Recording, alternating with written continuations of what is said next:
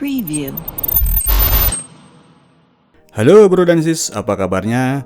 Kita sekarang akan menuturkan salah satu film terbaik yang lahir di zaman tahun 90-an. Film yang berjudul Forrest Gump, diangkat dari sebuah novel dengan judul yang sama. Forrest Gump pada perhelatan Oscar tahun 1995 berhasil meraup 6 Oscar, salah satunya untuk akting brilian Tom Hanks yang memerankan tokoh seseorang yang memiliki IQ di bawah rata-rata. Namun berkat keberuntungan dan kejujurannya dalam menghadapi hidup, dia berhasil mendapatkan pencapaian yang sebelumnya tidak akan pernah terbayangkan akan berhasil dicapai oleh seseorang disabilitas intelijensia.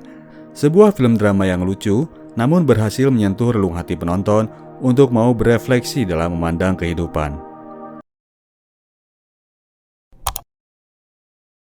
Forrest Gump, nama di tokoh film ini, terlahir dengan kondisi yang spesial.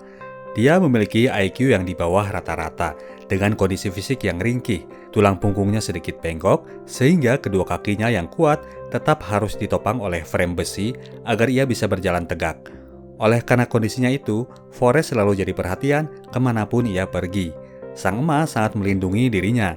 Ia memberi petuah agar Forrest jangan pernah menerima diperlakukan sebagai manusia yang kurang. Menurut emaknya, nama Forrest sendiri diambil dari nama seorang pahlawan dari leluhur mereka, seseorang yang kemana-mana pakai topeng dan baju berjubah putih, petinggi organisasi Ku Klux Klan di daerah tersebut.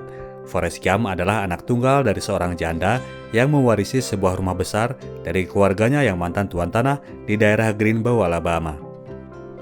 Sang emak menginginkan agar Forrest mendapatkan pendidikan yang layak setara dengan anak lainnya. Oleh karena itu, ia mengusahakan agar anaknya ini diterima masuk di sekolah anak yang normal. Meskipun sudah dikasih tahu bahwa syarat IQ Forrest tidak mencukupi untuk bisa masuk ke sekolah itu, dia tetap mengusahakan agar Pak Kepala Sekolah mau menerima anaknya untuk bersekolah di sana. Jadi malamnya, sementara Forrest celingukan sendiri di taman, di kamarnya, sang emak mengusahakan agar dirinya mendapatkan tingkat pendidikan yang tinggi. Pak Kepala Sekolah turun dari kamar, Forrest masih mengingat bunyi-bunyian tadi yang ia dengar dari taman. Rumah mereka yang besar itu juga difungsikan sebagai guest house. Mereka sering kedatangan tamu dari berbagai tempat. Suatu hari, Forrest kedatangan seorang pria ganteng yang mahir bermain gitar. Forrest sangat menyukai lagu yang ia bawakan dan auto bergoyang dengan frame besi pada kakinya. Si cowok itu mengulang permainan gitarnya dan menyuruh Forrest untuk melakukan lagi gerakan goyangnya. Beberapa waktu kemudian, si cowok ganteng yang sering dipanggil The King itu tampil di televisi dengan gaya bergoyang ala Forrest. Pria tersebut adalah Elvis Presley. Tiba saatnya hari pertama Forrest pergi ke sekolah. Tidak ada yang mau mengajaknya duduk bareng sampai akhirnya terdengar suara dari wajah yang paling indah yang pernah ia dengar dan lihat. Seorang anak cewek yang mengajaknya duduk bareng. Nama cewek ini adalah Jenny Coran.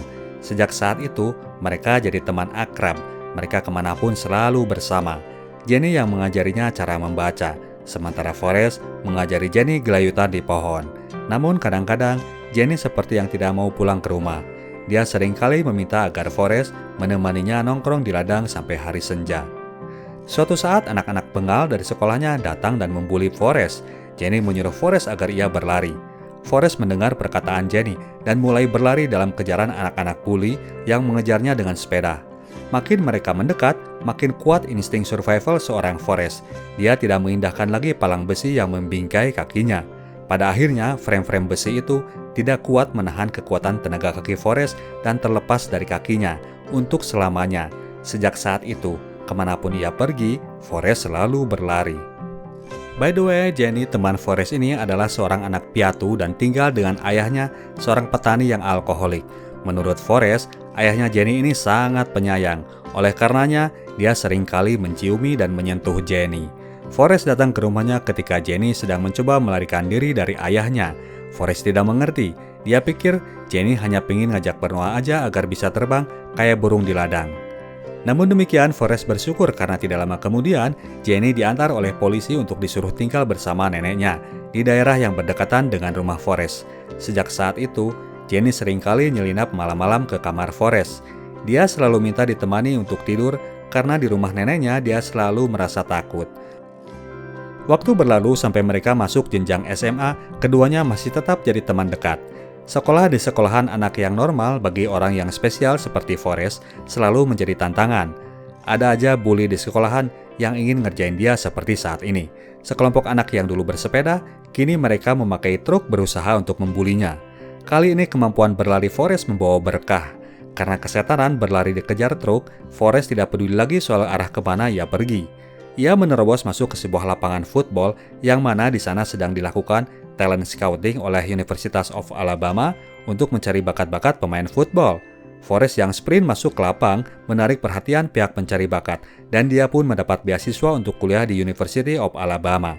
Bakat berlari Forrest dipakai di tim football universitas itu dan itu dilakukan oleh Forrest dengan sangat baik. Berperan sebagai catcher, dia berlari dengan kencang begitu ia menerima bola.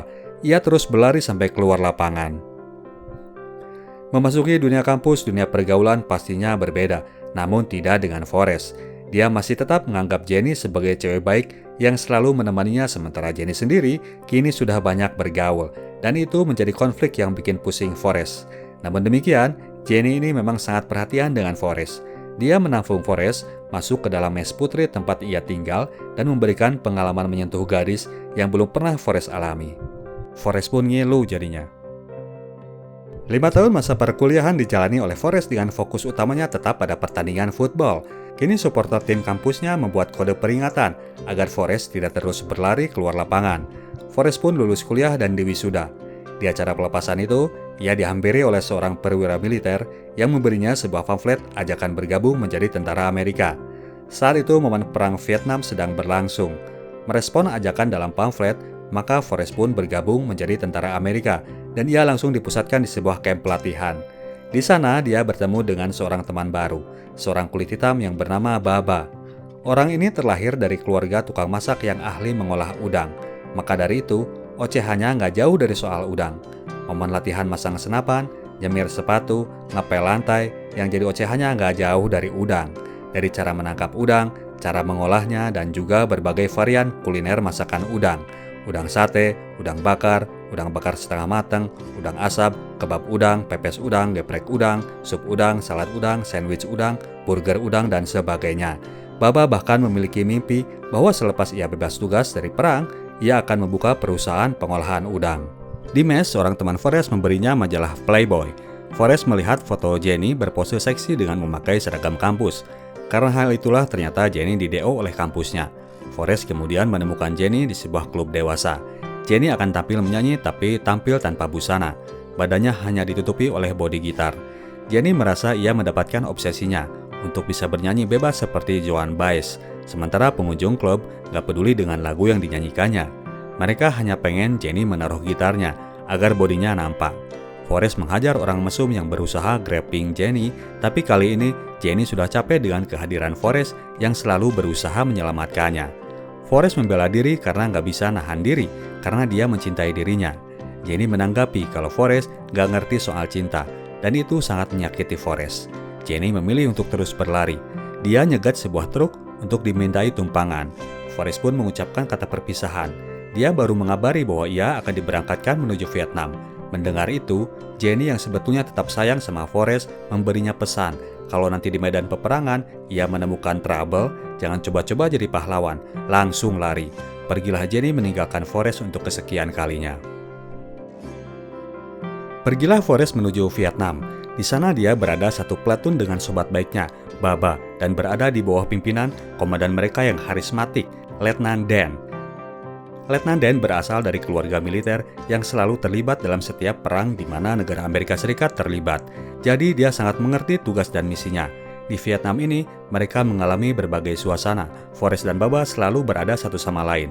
Mereka pun berikrar bahwa mereka akan membuat bisnis bersama di bidang perudangan saat tugas militer mereka nanti berakhir. Suatu hari akhirnya Forrest mengalami pertempuran. Pasukan peleton mereka terkena jebakan pihak Viet Cong. Mereka dihabisi oleh tentara musuh. Letnan Dan mengkomando agar pasukannya mundur. Forrest teringat pesan dari Jenny. Maka dari itu, ia pun berlari. Sprint kelas olimpiade. Ia menyusul semua temannya sampai pada akhirnya ia baru sadar bahwa ia tinggal sendiri. Maka dari itu, ia pun balik lagi. Ia khawatir dengan Baba, sahabat satu-satunya. Namun tiap kali ia mencari Baba, ia selalu menemukan rekan lainnya yang meminta pertolongannya. sampai Forrest menemukan Letnan Dan yang menolak untuk dibopong diselamatkan, namun Forrest tetap menolongnya juga. Selepas itu, Forrest akhirnya menemukan Baba, namun kondisinya sudah sangat parah. Forrest tetap menggotongnya menuju daerah aman. Baba berhasil dibawa menuju clear area, tapi nyawanya sudah tidak tertolong lagi.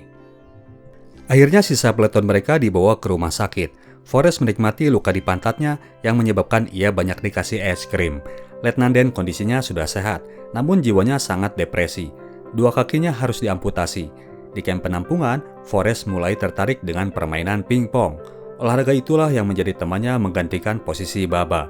Seringnya dia bermain membuatnya semakin ahli main pingpong. Sementara itu, kondisi jiwa Letnan Dan sendiri makin buruk. Suatu malam, dia marah dan menyalahkan Forrest karena tidak membiarkan dia mati di medan pertempuran. Kalau terjadi demikian, dia akan dianugerahi penghargaan medali kehormatan dan mati sebagai pahlawan, tidak seperti sekarang menjadi orang yang cacat. Letnan Dan frustasi membayangkan masa depannya dengan kondisi dia sekarang ini. Alih-alih Letnan Dan, malah Forrest yang dianugerahi gelar kepahlawanan atas tindakan heroiknya menyelamatkan beberapa orang rekannya di medan tempur. 2 minggu kemudian, Forrest pun dipulangkan ke Amerika. Forrest menghadiri acara penganugerahan gelar kehormatan tersebut di Gedung Putih dan memamerkan luka tembak di pantatnya kepada Presiden Lyndon B. Johnson. Di Washington DC, secara tidak sengaja, Forrest digiring ke barisan veteran yang akan memberikan testimoni di atas panggung demonstrasi. Saat itu sedang terjadi protes besar-besaran yang dilakukan oleh kaum aktivis terhadap Perang Vietnam yang masih terus dilancarkan oleh pemerintahan Lyndon B. Johnson. Secara kebetulan pula, Jenny hadir di antara kerumunan demonstran tersebut. Mereka pun saling menyapa dan saling berpelukan di tengah kolam Washington Monument dan disaksikan oleh para hadirin pendemo. Jenny saat itu sudah tinggal bareng dengan seseorang yang bernama Wesley, seorang pimpinan aktivis asal Berkeley yang kerap melakukan kekerasan terhadap dirinya, namun Jenny tidak bisa lepas darinya. Forrest dan Jenny curhat semalaman. Forrest merasa hari itu hari yang paling membahagiakannya, sampai kemudian perpisahan kembali harus tiba. Pagi harinya, Jenny harus terus jalan dengan rombongan dari Berkeley, pimpinan Wesley, balik kandang menuju California. Forrest balik lagi menuju kamp tentara. Dia lanjut dengan permainan pingpongnya yang makin hari makin mahir ia lakukan. Forrest melakukannya dengan kedua tangan. Forrest ditarik masuk tim All-American Star dan dikirim menuju Cina untuk bertarung melawan jagoan dari negeri tirai bambu dalam sebuah pertandingan eksibisi. Pulang lagi ke Amerika, nama Forrest Gump menjadi fenomena. Dia diundang untuk menjadi tamu di sebuah acara talk show di televisi dan bersanding dengan John Lennon yang juga menjadi tamu pada acara tersebut. Di luar studio syuting, Forrest mendengar suara yang akrab di telinga memanggil namanya. Orang itu adalah Letnan Dan. Mendengar kini nama Forrest Gump semakin berkibar, Letnan Dan memaki dan menghardiknya. Namun Forrest yang tidak pernah menyimpan rasa benci ini tidak pernah menggubris. Ia malah balik mengantar mantan komandannya itu menuju tempat tinggalnya. Letnan Dan kini menjadi seorang pemabuk dan hatinya dipenuhi kebencian terhadap Tuhan. Dia mempertanyakan seruan yang menyebutkan bahwa Tuhan Maha Adil. Tai koceng, katanya. Kepada Letnan Dan, Forrest menyebutkan bahwa rencana selanjutnya adalah untuk membeli perahu penangkap udang. Ia akan menjadi kapten kapal perahu penangkap udang. Letnan Dan mengejeknya. Dia bilang, kalau kesampaian Forrest menjadi kapten kapal penangkap udang, ia akan menjadi orang pertama yang menjadi kru kapalnya. Sewaktu-waktu akhirnya Forrest dibebas tugaskan dan dia pun berlari pulang ke kampung halaman. Emaknya menyambut dengan sukacita. Di rumahnya, saat itu sudah ada beberapa barang titipan dari sponsor produk pingpong. Mereka akan memberikan uang $25.000 apabila Forrest mau mempromosikan produk bat pingpong mereka. Setelah dibujuk sang emak, Forrest bersedia melakukannya. Dengan membawa uang tersebut, ia pergi ke Batrele Bayou, lokasi sebuah daerah rawa di mana keluarga Baba tinggal. Uang itu ia gunakan untuk membeli perahu penangkap udang. Semua orang termasuk ibunya Baba menganggapnya bodoh dan gila. Namun Forrest tetap Forrest yang selalu berusaha menepati janji. Maka berlayarlah ia seorang diri mengarungi rawa daerah tersebut dan ternyata nangkap udang itu nggak segampang omongan Baba. Tiap harinya paling banter dia cuma bisa nangkap 5 ekor udang. Mungkin itu karena perahu kamu belum dikasih nama, jadi sial terus kata si bapak sesama nelayan udang. Akhirnya Forrest menamai perahunya dengan nama Jenny. Sementara itu orangnya sendiri kini sudah larut dalam kehidupan bohemian dan hippies yang sedang marak saat itu di tahun 70-an. Seks, drugs, and rock and roll adalah kehidupan sehari-hari Jenny. Saking tenggelamnya dia dalam narkoba, jiwanya sampai depresi. Jenny hampir melakukan bunuh diri. Suatu hari Forrest kedatangan orang yang tidak diduga akan datang ke Bat Relay Bayou menengok dirinya. Orang itu adalah Letnan Dan. Forrest girang luar biasa. Dia loncat dari perahunya untuk menyambut Letnan Dan. Letnan Dan datang ke sana untuk menepati janjinya menjadi kru perahu milik Forrest apabila dia sudah beneran jadi kapten kapal nelayan udang. Dari saat itu, keduanya menjadi duet maut penjelajah lautan lepas dan masih selalu gagal untuk menangkap udang. Sampai suatu saat, Letnan Dan yang mulai kesal, mulai keluar kata-kata hardikanya mempertanyakan kehadiran Tuhan. Saat itu juga, secara tiba-tiba, badai yang sangat besar datang dan melanda daerah tersebut. Forrest mati-matian untuk bisa menyelamatkan diri, namun Letnan Dan malah gila-gilaan. Dia naik ke tiang kapal dan menantang Tuhan untuk menenggelamkan perahu mereka.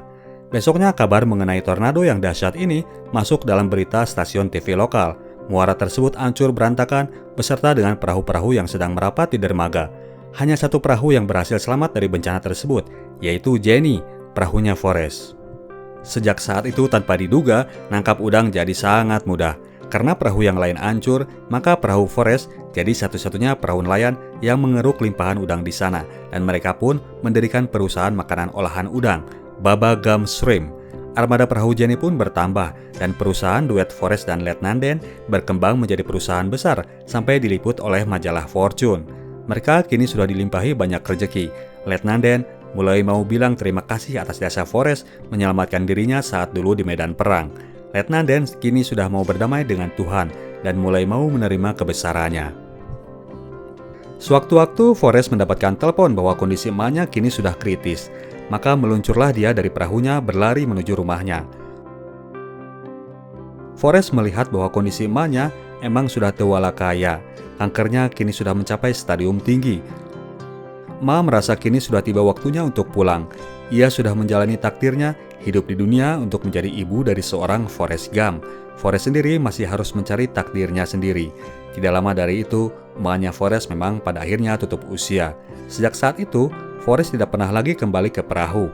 Dia tinggal di rumahnya dan mengisi waktu untuk menjadi tukang potong rumput secara gratis. Letnan Dan mengurus segala urusan Baba Gump. Dia juga bantu melakukan investasi untuk sebuah perusahaan buah-buahan. Begitu Forrest bilang, menyebut perusahaan Apple komputernya Steve Jobs. Mereka sudah tidak perlu khawatir lagi soal uang. Forrest bahkan menyumbangkan uangnya untuk mendirikan gereja, rumah sakit, dan memberikan share profit yang besar kepada ibunya Baba.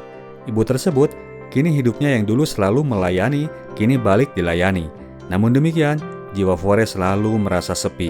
Dia rindu kepada Jenny. Suatu hari tanpa hujan, tanpa angin, Jenny datang ke rumah Forrest. Forrest kaget campur gembira, wanita idamannya kini mau pulang kampung. Jenny minta tinggal di rumah Forrest, dan dari hari pertama ia datang, sampai beberapa hari berikutnya, kerjaannya molor terus. Sepertinya ia sangat lelah. Jenny tinggal di rumah Forrest sampai beberapa waktu. Mereka banyak menghabiskan waktu bersama, meskipun Jenny terlihat sangat pendiam. Namun Forrest sangat bahagia. Sampai suatu momen, Forrest mengajak Jenny untuk menikah. Jenny masih tidak mau menanggapi Forrest. Kini alasannya bahwa Forrest gak beneran pengen nikah sama dia. Jenny menyembunyikan sesuatu yang tidak mau ia katakan kepada Forrest. Malamnya untuk menghibur Forrest, Jenny menyelinap masuk ke kamar Forrest dan memberi lelaki polos ini pengalaman yang belum pernah ia rasakan dari seorang wanita. Pagi-paginya Jenny pergi di saat Forrest yang kelelahan masih tertidur lelap. Forrest baru menyadari bahwa Jenny sudah pergi lagi ketika ia melihat kamarnya kosong dan Jenny tidak meninggalkan barangnya satupun. Forrest tidak tahu apa yang harus diperbuat, hatinya sakit dan jiwanya beku. Sebuah impuls tiba-tiba datang, dia merasa bahwa ia harus berlari.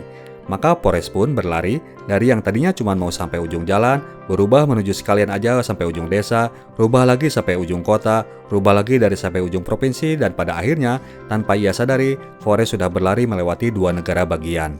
Di saat ia sampai di ujung daerah, ia balik lagi menuju jalan lain, dan begitu seterusnya. 2 tahun Forrest berlari, akhirnya keberadaan pelari antah berantah ini mulai diendus oleh publik. Forrest menjadi kejaran media dan warga yang menganggapnya sebagai orang yang membawa harapan dengan berlari atas nama perdamaian. Forrest nggak ngerti soal hal itu, yang ia tahu bahwa dia masih pengen berlari. Kini barisan orang dari berbagai daerah menjadi pengikut dirinya. Mereka ikut berlari di belakang Forrest. Ketika waktu telah menunjukkan durasi waktu 3 tahun 2 bulan dia berlari, sesuatu mulai terfikirkan olehnya. Emaknya dulu pernah bilang bahwa untuk melangkah maju, maka seseorang harus melupakan masa lalunya. Ia jadi terfikirkan, mungkin itu alasannya dia pengen berlari dan kini ia sudah mulai capek. Forrest tiba-tiba pengen pulang. Para pengikutnya jadi bingung dengan nasib perjuangan mereka. Saat itu awal tahun 80-an, Forrest sudah kembali berada di rumahnya. Lagi-lagi kabar kejutan datang dari Jenny. Dalam suratnya, Jenny meminta agar Forrest datang ke alamat rumahnya. Forrest mendatangi apartemen Jenny yang meskipun kecil, tapi tertata rapi. Jenny mengabari bahwa kini ia sudah jadi seorang emak dari seorang anak cowok. Seorang anak yang ia kasih nama Forrest, sama dengan nama ayahnya. Forrest kaget bukan kepalang bahwa kini ia sudah jadi bapak. Namun yang lebih ia takutkan lagi, anak itu akan ikut spesial seperti dirinya. Jenny meyakinkan bahwa Forrest kecil ini sangat pintar, nilainya di sekolah sangat baik. Jenny membiarkan kedua lelaki dalam hidupnya itu menghabiskan waktu bersama nonton Tom and Jerry. Jenny yang selama ini selalu menolak Forrest, kali ini ia meminta agar Forrest menikahinya. Kondisinya kini sedang sakit karena mengidap sebuah virus yang belum ada obatnya. Jenny menginginkan posisi yang aman untuk dia dan anaknya. Forrest menyanggupi. Forrest dan Jenny melangsungkan pernikahan di halaman rumah mereka yang besar. Letnan Dan menghadiri acara penting tersebut dengan didampingi oleh seorang wanita. Katanya wanita Asia ini adalah tunangannya. Forrest dan Letnan Dan lega dengan kondisi mereka sekarang, bahagia dan sejahtera. Namun demikian, kebahagiaan Forrest tidak berlangsung lama. Jenny ini mengidap sebuah virus misterius yang sampai kini masih belum ditemukan obatnya. Kondisinya kini semakin melemah. Dalam pembaringannya, Jenny meminta Forrest bercerita.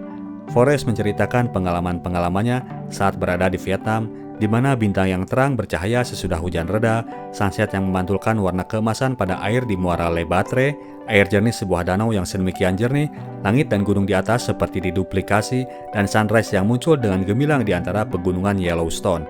Dunia sangat indah dan megah, kita tidak akan pernah tahu kapan anugerah itu akan berakhir. Andai saja mereka bisa menikmati keindahan itu secara bersama. Dalam banget ternyata ini film. Beberapa hari kemudian, Jenny pun meninggal. Forrest menguburnya di areal dekat dengan pohon biasa mereka hangout dulu sewaktu masih bocil. Di depan pusara Jenny, dia melapor bahwa pesan terakhir Jenny untuk meratakan rumah masa kecilnya dulu yang udah bikin hidupnya jadi ancur-ancuran sudah ia laksanakan. Forrest kecil kini menemani ayahnya di rumah yang besar tempat Forrest besar dulu dibesarkan. Kini tugas Forrest besar untuk mengantar Forrest kecil ke depan lokasi bus sekolah biasa mangkal. Kehidupan Forrest masih belum akan settle. Sebagaimana bulu-bulu yang berterbangan diterpa angin, dia masih akan terus hinggap hingga sampai bulu tersebut rontok termakan usia dalam dinamika kehidupan yang fana.